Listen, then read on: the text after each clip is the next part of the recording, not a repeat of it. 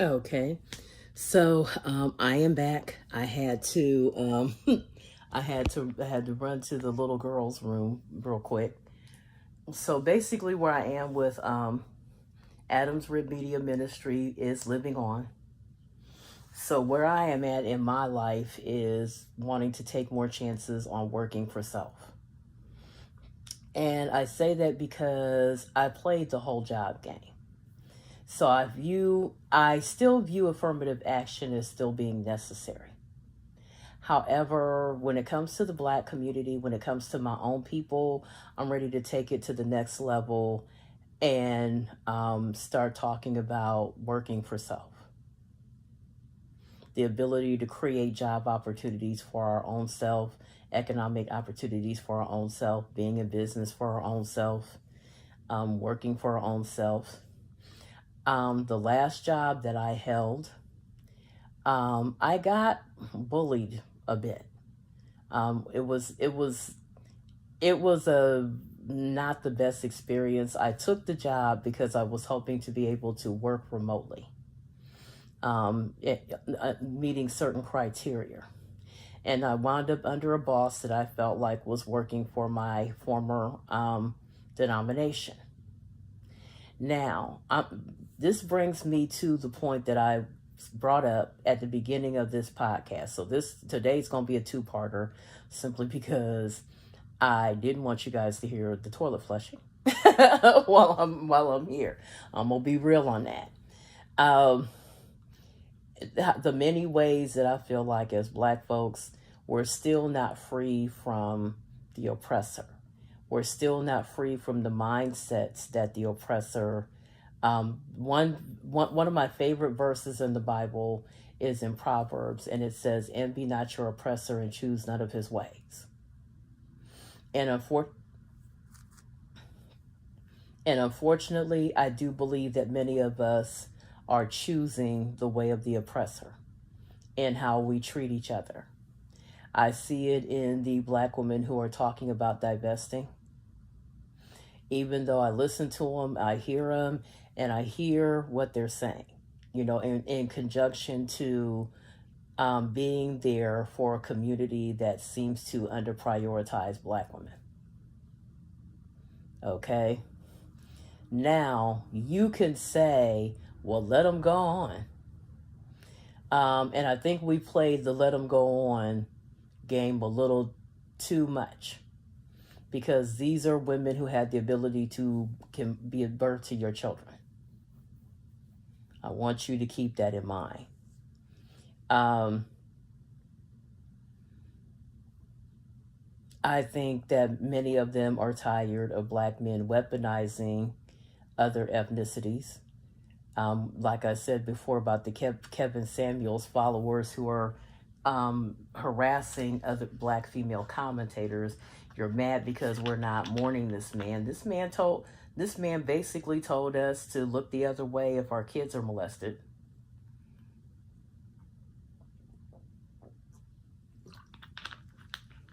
But the Kevin Samuels thing that really made me very, very, very angry and swear this man off forever was when he did the panel and he called all these different other ethnicities of women on this panel, no Black women in sight, to question why Black women aren't married. First of all, that's a myth, because Black women do marry. Okay, Black love is not a myth. But what really bothered me was, I'm like, now if I got together a panel of men who are not Black to discuss a bunch of negativity about Black men, and why are y'all still broke? Why are you still crying? Why are you still pleading poverty penis? Why are you doing? And these are based on these are based on unfair stereotypes. They're not even based on anything that's actually true about any of our community. And even the part that is true, I'm sure you can find a reason why certain things are the way they are. way they are with us. So what bothered me with that is not one black woman on the panel. And I've seen white women and Latin women do this, and I'm like, you only know what the black men that are talking to you are saying. You can't speak for every black man as to why they are in your face. And so to sit over here with a panel to basically weaponize interracial dating against us and to say, well, this is why you're not married. You don't know me personally, so you don't know why I'm not married. And I will say this to you, I've had plenty of opportunities to marry black men, white men, and other kind of men. I've had plenty of opportunities to date black men, white men. Some men, you don't date because they're just a turnoff. So I had a title for a podcast, and I said why you shouldn't go out of your way to be a man's preference. Why being a man's preference is not all it is cracked up to be. And I say that because there are many women out here that are doing all kind of crazy stuff to their bodies, to their minds, to their spirits, trying to be somebody that a man would prefer. And doing a whole lot of damage to yourself for men who harm, for men who don't want to do right by you.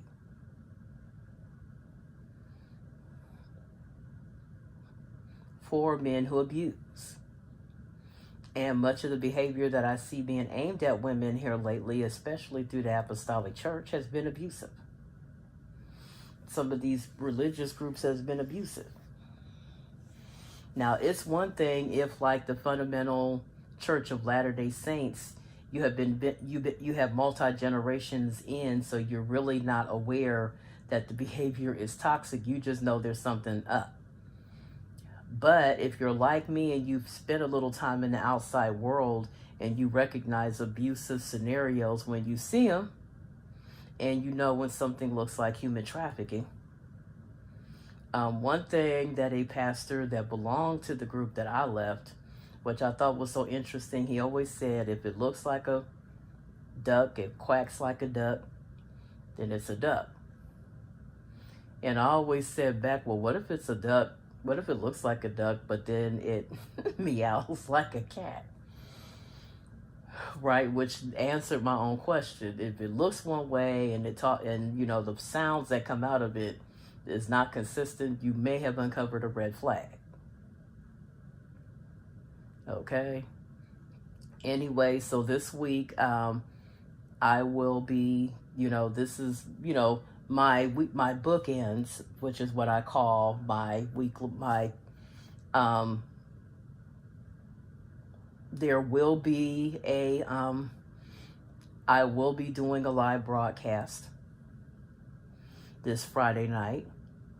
It will be Rest in Heaven to MJ, to Michael Jackson, my first boyfriend.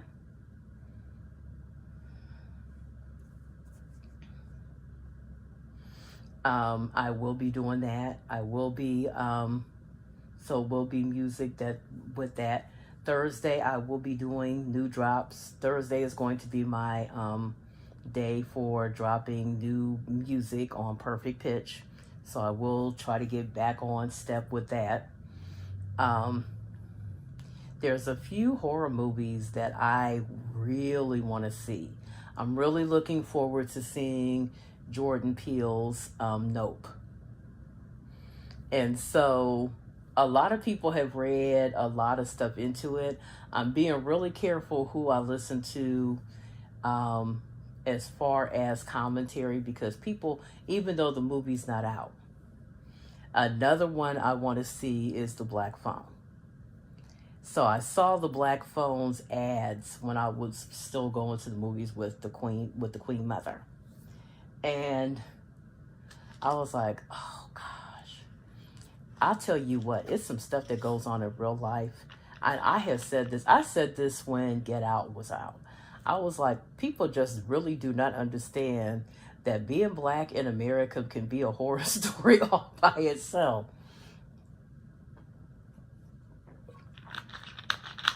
I looked at a news story on James Byrd Jr. So James Byrd Jr., who doesn't get to the mention that I feel like he should get in relation to hate crime legislation. So when Obama signed hate crime legislation and made it a federal crime to commit crimes based on hate, one of the names that I mentioned a lot was Matthew Shepard. And the reason that I mentioned him a lot is because of the charges against the black church of being homophobic. And I was like, okay, well, the black church. I'm like, I hate to be the one to tell you this, but the white church is homophobic as well. First of all, not believing in same-sex marriage based on your church doctrine does not make you a homophobe. I also looked at Judge Mathis. Judge Greg Mathis has a reality show out right now. I plan on I watched the first episode, and it looks like it's going to be pretty good. And part of it, he talks about having the one son that has come out as gay and everything. So I have a feeling you're going to see more of that with the upcoming years. Just pray. There's no law that says that you can't pray for the LGBTQ community, especially your relatives that are part of the community. The first thing that, as a born-again Christian, to pray is for them to get right with Christ. Okay, number one, getting right with God. But I was sitting there and I was listening to all of it, and I was like, wow. And they talk about the fact that their dad had a few homophobic thoughts before one of them came out. And I thought that was interesting. I thought it was interesting.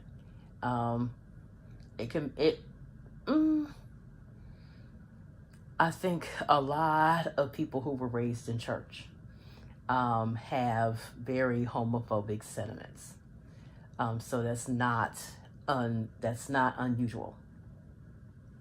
So I look at that and I was like, okay, you keep attributing it to the black church, but whose teachings are the black church? Are you talking about the black Christian church? So whose teachings are the black church emulating?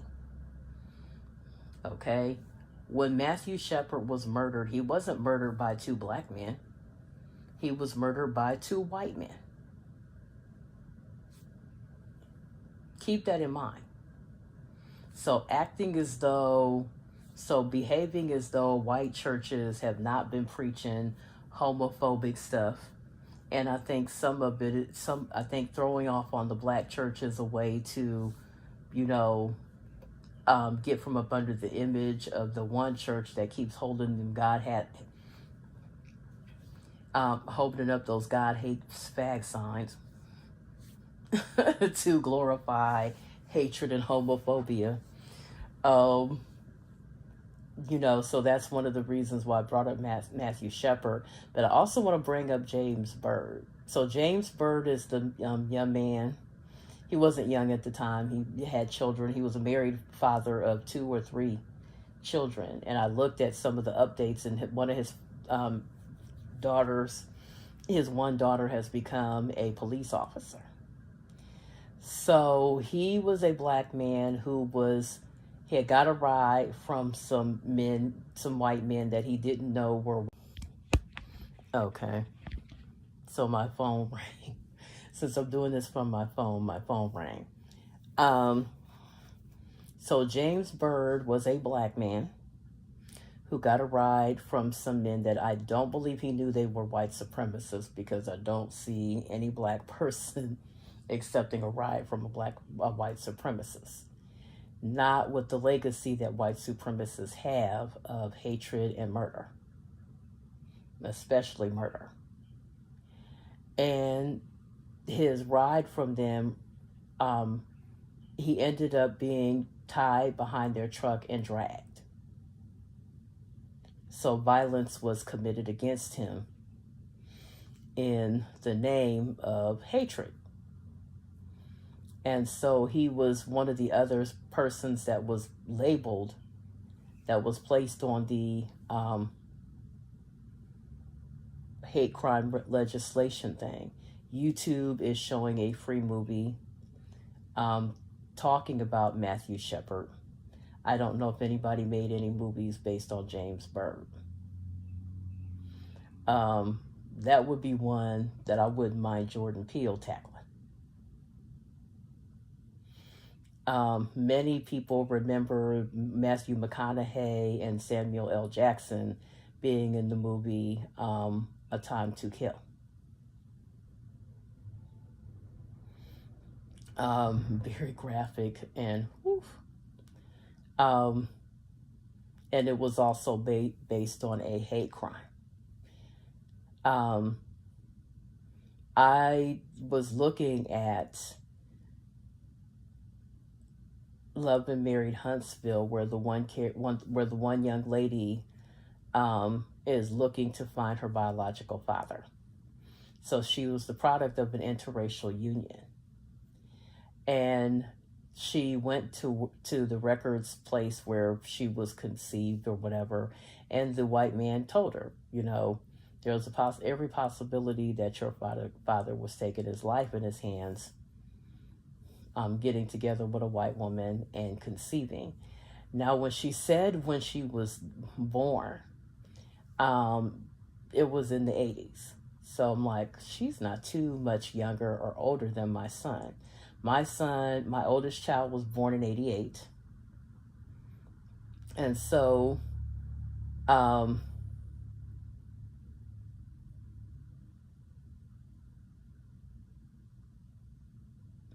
And so there were plenty of hate crimes still going on it.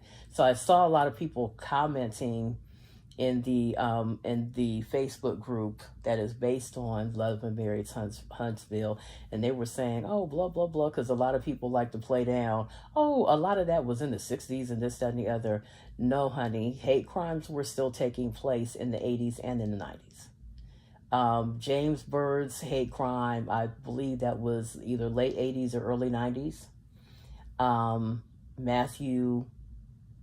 Matthew Shepard's crime, his murder, both of them were murdered, took place in the late 80s, early 90s, I believe. It may have even been more recent than that. You have to look it up because it's been a minute. But these are crimes that took place, I would say probably a good 20, 30 years after the 60s were a thing. Because I remember being a full-grown woman when they happened. So you have to really, really think. So like I said before, we're just now getting Juneteenth official. I think that has more to do with people's fear of Black people going off like they did over, what is his name? The guy who got the more recent murder at the hands of the police. Right. So I think that was more Novocaine for us than anything. We're still, if I could say this, if you as a child suffer abuse at the hands of your parents or caregiver or whatever, that it takes you could be decades later and it still affects your relationships, how you view, it can affect even how you view the opposite sex. So why do people think that 350 years of subjugation torture, laws that were meant to keep us from even exercising our rights as citizens in this country, how do you figure it's not going to have an effect? How do you figure that it's not going to affect how you date or how you view yourself as a woman, even, or as a man, how you view your own women? Because black men are not the only ones that chase white women. I've heard over the years, I've heard complaints from most women of color groups. Okay, over that whole thing. So the rest of the month I'm going to spend talking about issues like I did in February. I don't want to just do notables. Like I want to do notables because I like talking about people who have defeated the odds and made success of themselves. But I also want to talk about issues that are germane to us. That are germane to us. 40% of trafficking victims are African American women and girls. That's almost half. So if you are under a pastor that is trafficking the women and children in his church, first of all, let me say this, and I'm going to talk about Christian feminism because Christian feminism is a movement. And it's not just about women in leadership. It's about women making up the majority of people who are tithe paying and financially supporting an institution, and we're still getting treated, being dealt off the bottom of the deck. We're still being trafficked. We're still being sexually harassed. We're still not being paid attention to. When abusive leaders are, we're still being sent home to abusive husbands. I don't pay my money. I don't go to church and tithe into church so that I can be forced to marry, so that I can be forced into prostitution, so that I can have to deal with corrupt leaders, so that I can have to deal with sexual harassment, that I can deal with unfair treatment, or anything else. The men in your church aren't even really financially supporting you at the tune that the women are. Now, I looked at the numbers, and women are 51% of the population right now. 51% is a deciding vote in a Fortune 500 company. 51% is a deciding vote in Congress. So how do you be the majority of people in a place and still have to put up with abuses of power?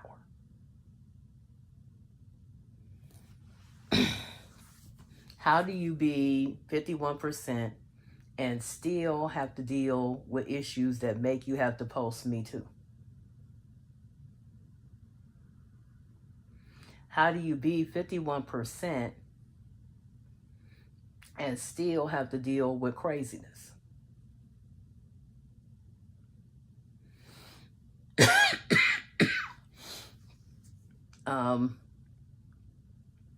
How do you be 51% and still have to deal with men trying to prostitute you?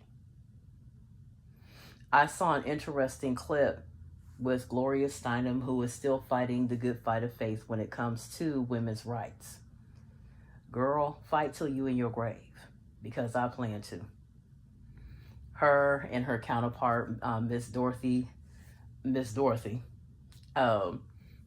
still fighting the good fight of faith.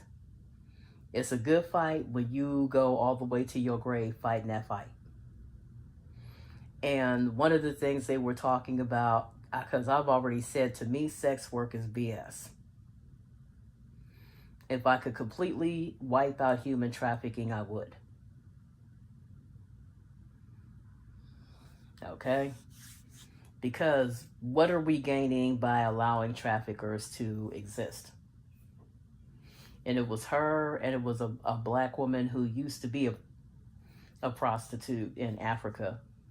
And it is a global concern. How do you be the majority and still be having to put up? I remember Pastor Marty was talking about one time, and this is the one pastor who went from somebody that I was cool with to somebody that I couldn't stand real quick. But one of the things he said, he had twin uncles, and so they were being bullied. And he said his grandfather looked and said, "There are two of y'all and one of him."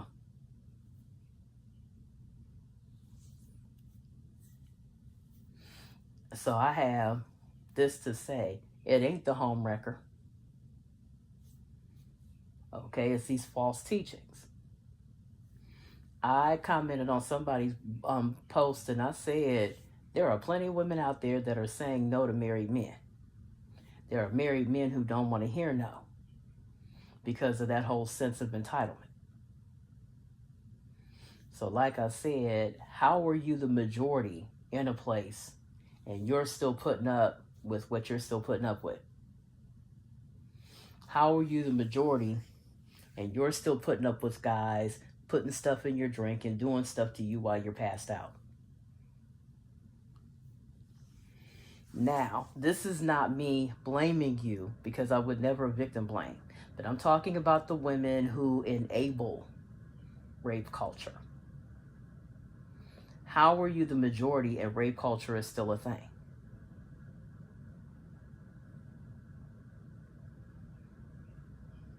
Too many people setting up in religious institutions that know something's awry and not saying anything.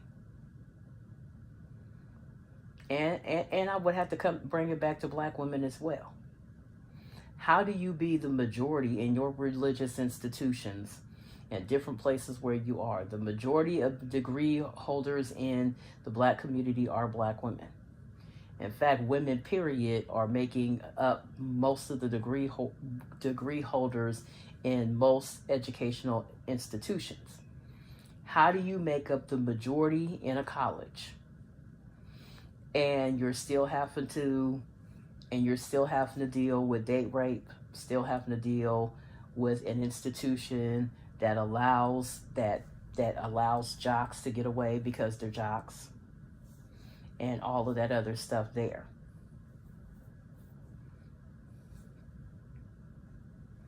So it's something to think about.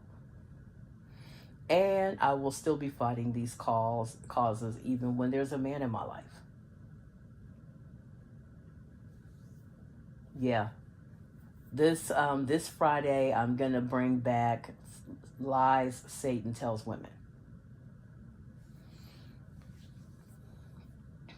Okay? Lies that Satan tells women. Because I was doing it before. So we know that the devil is the father of lies. One of the lies he likes to tell you when it comes to stuff that you're believing for is that it's never going to happen. Now, one of the things I used to read when I had this desk table thing from Dorothy Mason Wynn, who was a prominent Christian woman, and I'm sure somebody will find some dirt on her, I don't care. You know, I'm talking about a thing that she wrote that really, really blessed me.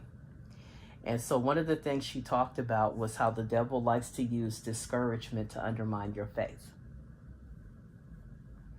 So one of the things that he likes to do is discourage you by making you feel, especially if you're believing for a mate,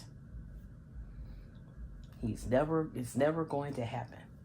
Another lie that Satan has perpetuated is that black love is a myth. It is not. Okay, so you have to watch who you allow to feed you.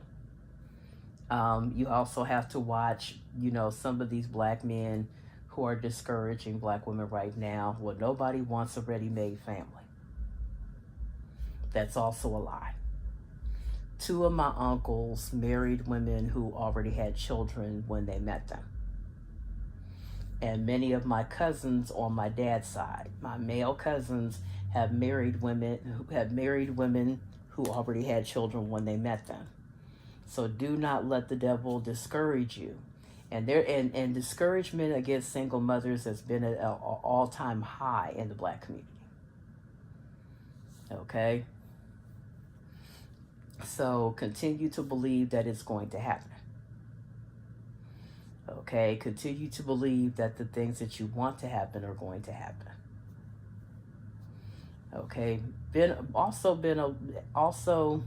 there's a scripture that has helped me maintain through my own process.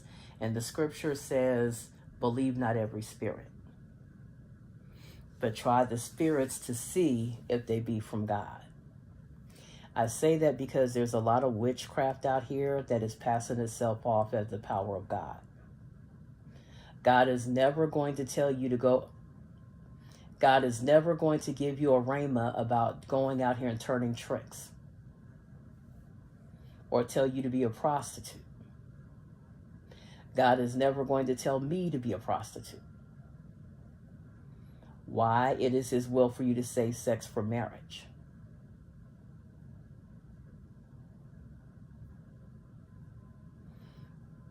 Don't let the devil, a lie that Satan likes to tell you is that you're disqualified from marriage. Not true. Another thing that the devil likes to come after women on is coming after sexual past. Whenever the devil wants to mess with women, one of the things that he'll do is God is not allowing men to blackmail you back into prostitution, back into sexual sin based on your sexual past. And men do exist that are able to forgive your sexual past. So don't let the devil get inside your mind with that. Anyway, so this week, as part of my teachings on salvation, I will be talking about lies that the devil tells you. Okay, another lie is that you're too dark. Another lie is that you're not black enough, or that you're too black. I'm gonna talk about the whole being a man's preference. Because way too many times women wind up being the ones jumping through hoops, doing all kind of deadly stuff to our skin, doing all kind of deadly stuff to our hair. And I'm not saying you shouldn't look your best. That's, looking your best, presenting yourself. Presentation is everything. But going and killing yourself and winding up with an eating disorder to attract only a fraction of the men that are out there is crazy. Another lie the devil kept trying to get me with is you're missing out. If you're wanting to be married and all you're running into is guys who want to hump and dump, you're not missing out on anything by refusing to entertain them. You're not missing out by believing for a man who has the qualities that you want.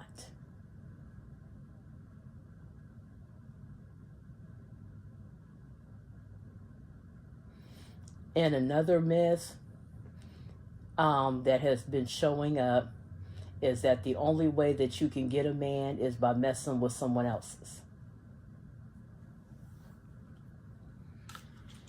Never feel like you got to share.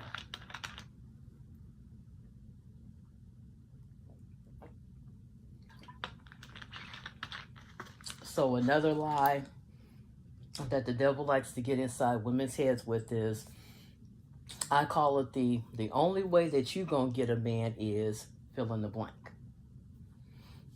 And what goes into the blank is usually behaviors that have to do with compromising your integrity.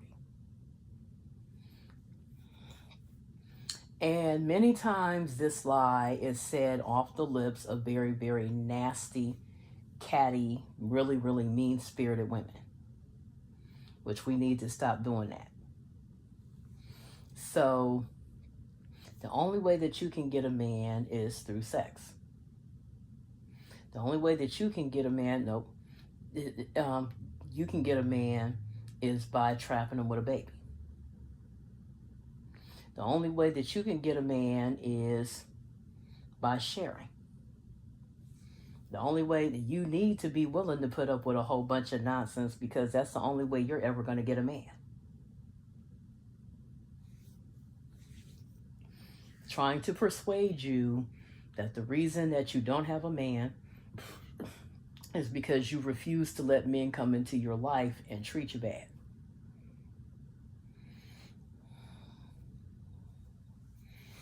Never feel as though you have to allow men to dog you in order to have one.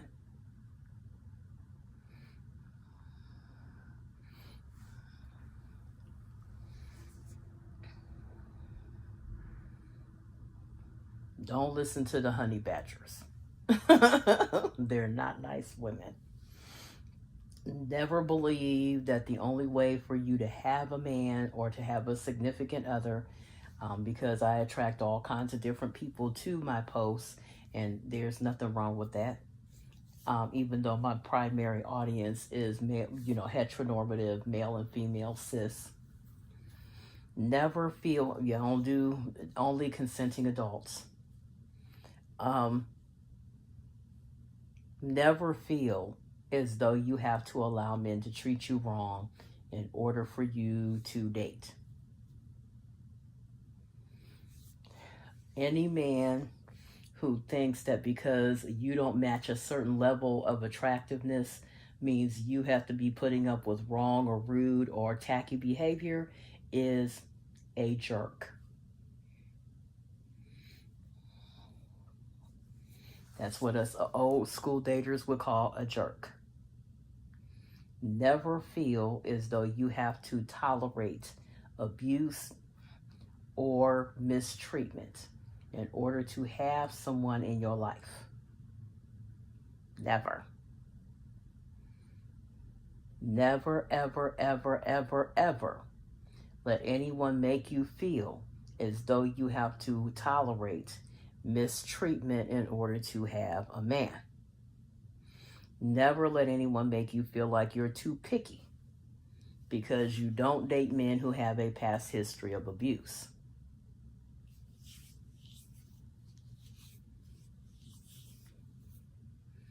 If they have a bad past history, they got to show you something different.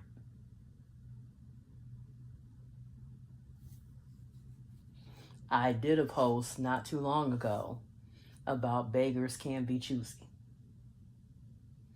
And I talked about the ways to make yourself presentable.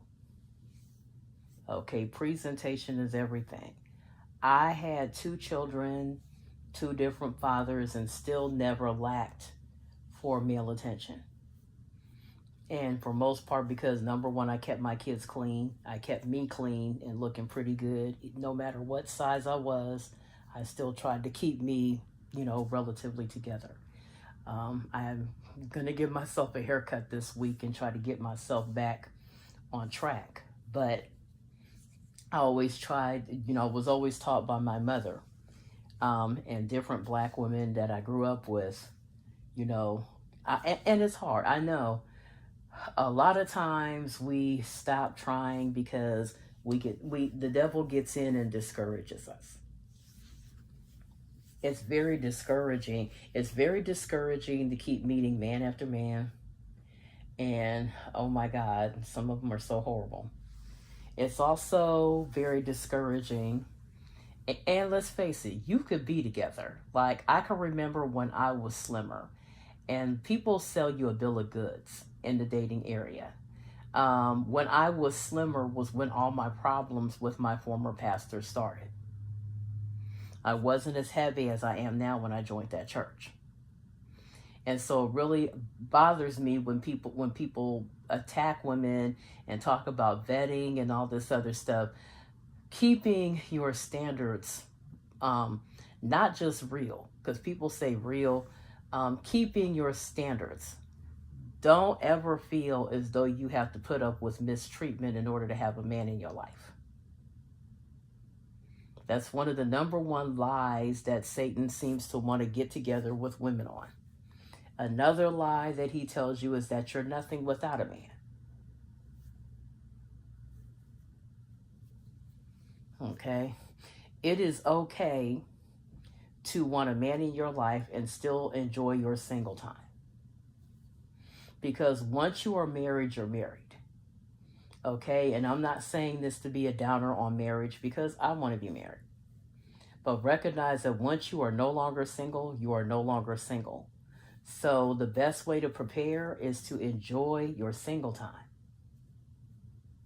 And many people don't want to let you do that.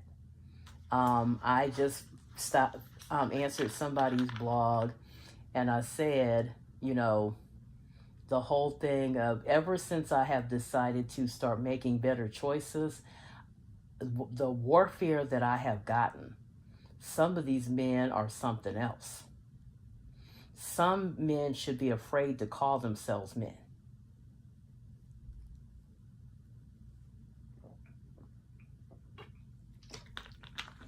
If the only thing that you can get your rocks off doing with women is dragging women into hell,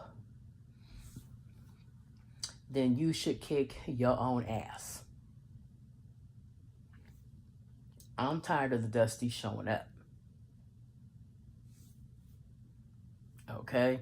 I'm tired of dusty men with dusty attitudes, all colors. See, the divestors have a problem with black men. I got a problem with all men. I have a problem with all people who don't want to show love to the people that they claim to care about.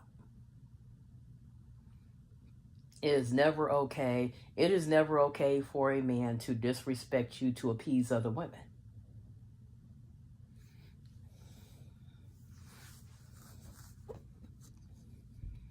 God is not telling any man to break your heart to appease another woman.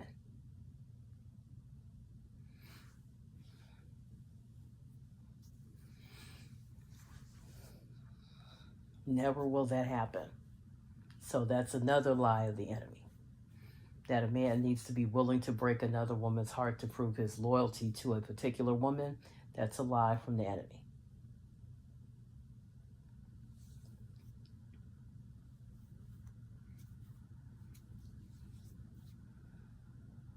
So I'm going to be blog posting a lot this week. But I'm also, like I said, this Friday, by the time Friday rolls around, I will have a different hairstyle. Because me and my puff are starting to not get along. But this Friday at midnight, this Friday at noon will be Fridays Live at noon. And then at midnight, I will be doing my dedication to my celebration of the life of Michael Jackson. Not celebrating his death, but more commemorating him and everything. And I also have a few other blog posts that I'll be doing throughout the week and posting. So I will talk with you guys later. I will see you over the internet. Be blessed. Enjoy your week and have a good one.